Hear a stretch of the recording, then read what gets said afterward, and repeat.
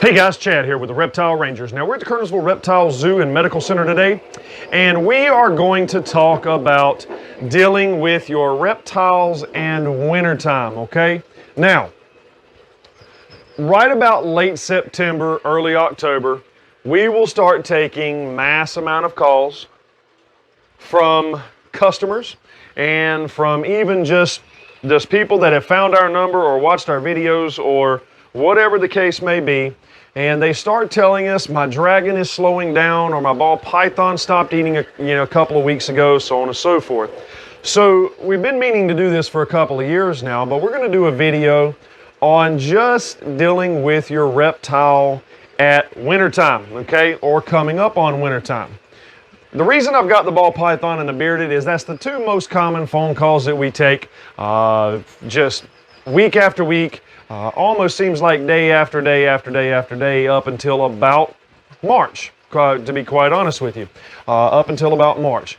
But all of our reptiles, generally speaking, are going to be about the same reason as to why the slowdown happens. Now, what you need to do specifically for your specific animal may vary a little bit. Okay, understand. I'm not going to give an instruction on how to do something, and that's supposed to be the golden rule of thumb for every single reptile that's out there. It's not. Each reptile has different temperatures, different humidities, different so on and so forth. So you need to just make sure that you understand what your reptile specifically needs, or get with us and we'll give you a helping hand with that. That's fine. You can do that in the comments below, or in the information in the description below will be our information. Now, before we get too deep into this, if you see right here where my finger just went, see that right there? Right there, that's the subscribe button. If you have not yet hit that, go ahead and do so. We appreciate you doing that. And now, let's get right on into this. Starting in September, usually late September, we start taking phone calls about my reptile is either getting slow, getting sluggish, slowing down in color, not as bright, not eating as much, whatever the case may be. And I'm waiting on this little guy to jump on the vine here in this rainforest room because I see him looking. So, generally speaking, I want you to understand something. Sebastian, go ahead here. I'm going to hand you the snake. And we're going to do this right here. I'm going to put a little guy right here. Generally speaking, during the winter time, or during the fall, let's put it that way, during the fall, what happens is the barometric pressure outside starts dropping. Atmosphere becomes drier, atmosphere becomes cooler, and the barometric pressure starts dropping. That's a trigger for most reptiles to start slowing themselves down, slowing down in eating, slowing down in everything, getting ready for what is going to be what's called a brumation period, okay? That allows them that opportunity to clean their bowels out so they don't have food sitting inside of their bowels, which can cause what's called gut rot, which can kill them, but it's not a quick kill. It would be over time, where food sits in their stomach and literally just poisons them because it's not processing, it's just rotting, okay? So the first thing that happens, generally speaking, the barometric pressure starts dropping. Of course, in North Carolina, we have weather like mood swings, okay? The weather changes like some people change their underwear.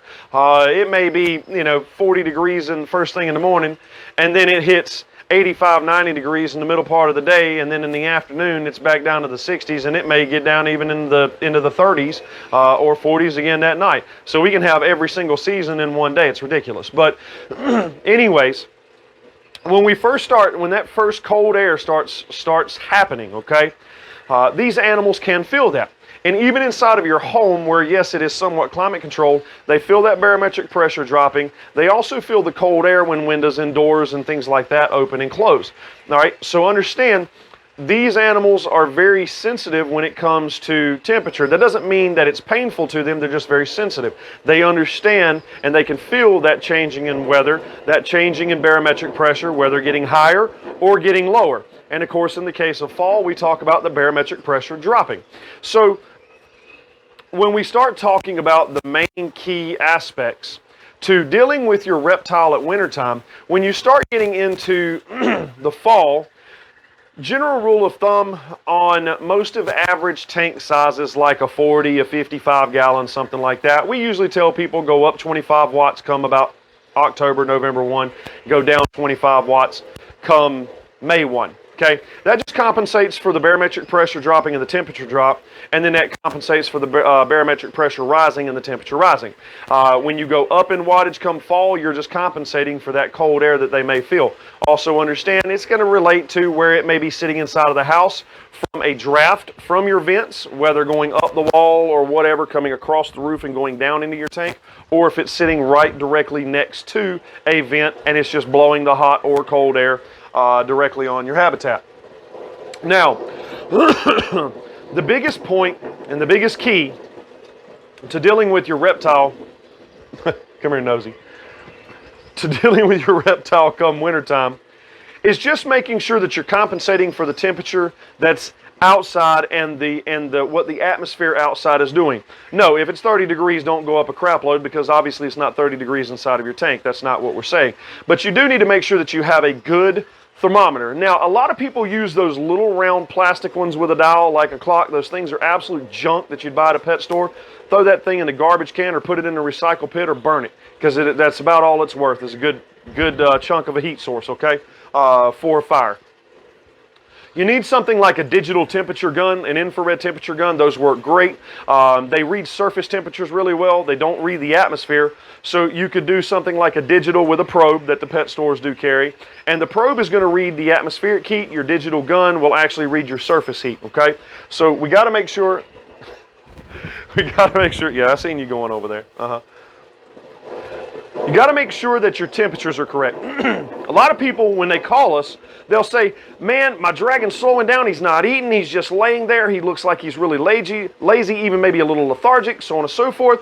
And it's like, you got to check your temperatures. Just because you haven't changed nothing inside of that habitat does not mean that the actual atmosphere and the environment hasn't changed some.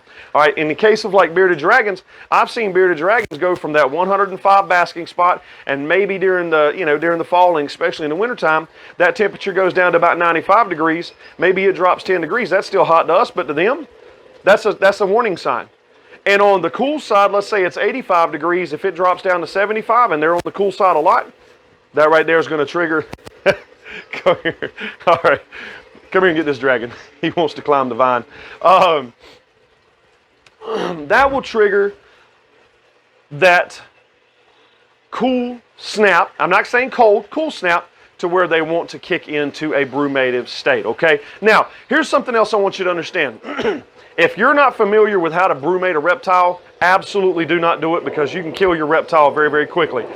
Biggest thing that kills a reptile in brumation, in captivity, is dehydration, because people keep the atmosphere just warm enough that they continue drying out. They don't process water.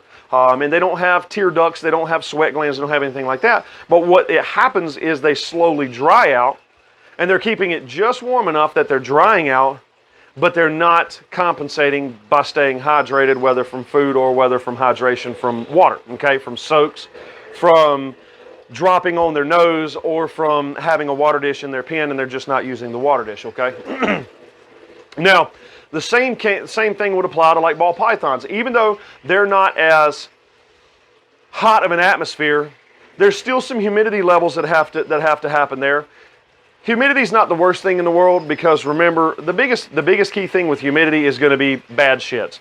And ball pythons are notoriously bad shedders to begin with, even in great humidity. But when it comes to humidity, during the wintertime, that humidity level is going to drop, not only in your house, but also in your atmosphere as well. It's kind of where nosebleeds come from in humans. That atmosphere gets really, really dry, dries out, and they start getting the nosebleeds, okay? So understand, doesn't matter what the reptile is, doesn't matter whether it's a Burmese, whether it's a ball, a retic, a boa, a corn snake, king snake, milk snake, rat snake, gopher, or bull, or indigo, or pine, or whatever. Or in the lizards, whether you've got crested geckos, or leopard geckos, or bearded dragons, frilled dragons, iguanas, water dragons, tegus, monitors, whatever. Understand, I'm not saying, and I'm not giving the temperatures and what each habitat should be. that would be too long for this video. But what I am saying is just understand what's going on in the fall, and that's just the whole point of this video, is just to give you the idea of what's going on in the fall and what's happening with the ecosystem and with the environment that causes these animals to do a type of slowdown if it's not paid attention to, okay? Now, hopefully this has been helpful and give you some insight into if you've ever dealt with a dragon, a ball python, or whatever that has gotten really, really slow during the fall and especially in the middle of winter, November, December, January, February. And you've ever dealt with that big time slowdown and you ever wondered what was going on, by now you probably know what was going on. But if you're dealing with that issue right now, then that's 9 times out of 10 what you've got going on. If they've been eating, they've been doing fine, they've been active, and then just all of a sudden, right about the time the cold snap started happening, they started really slowing down. You've just got a semi-brumative period, okay? So what you want to do is you want to kick them out of that semi-brumative state. Again, if you have any questions, you're welcome to get with us anytime.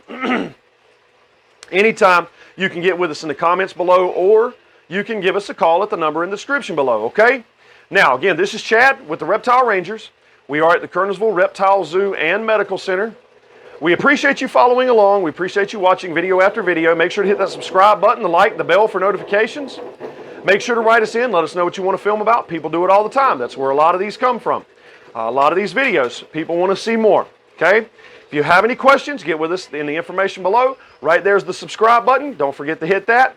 We appreciate you being with us. We'll either see you at the zoo or we'll see you on the next episode. Later.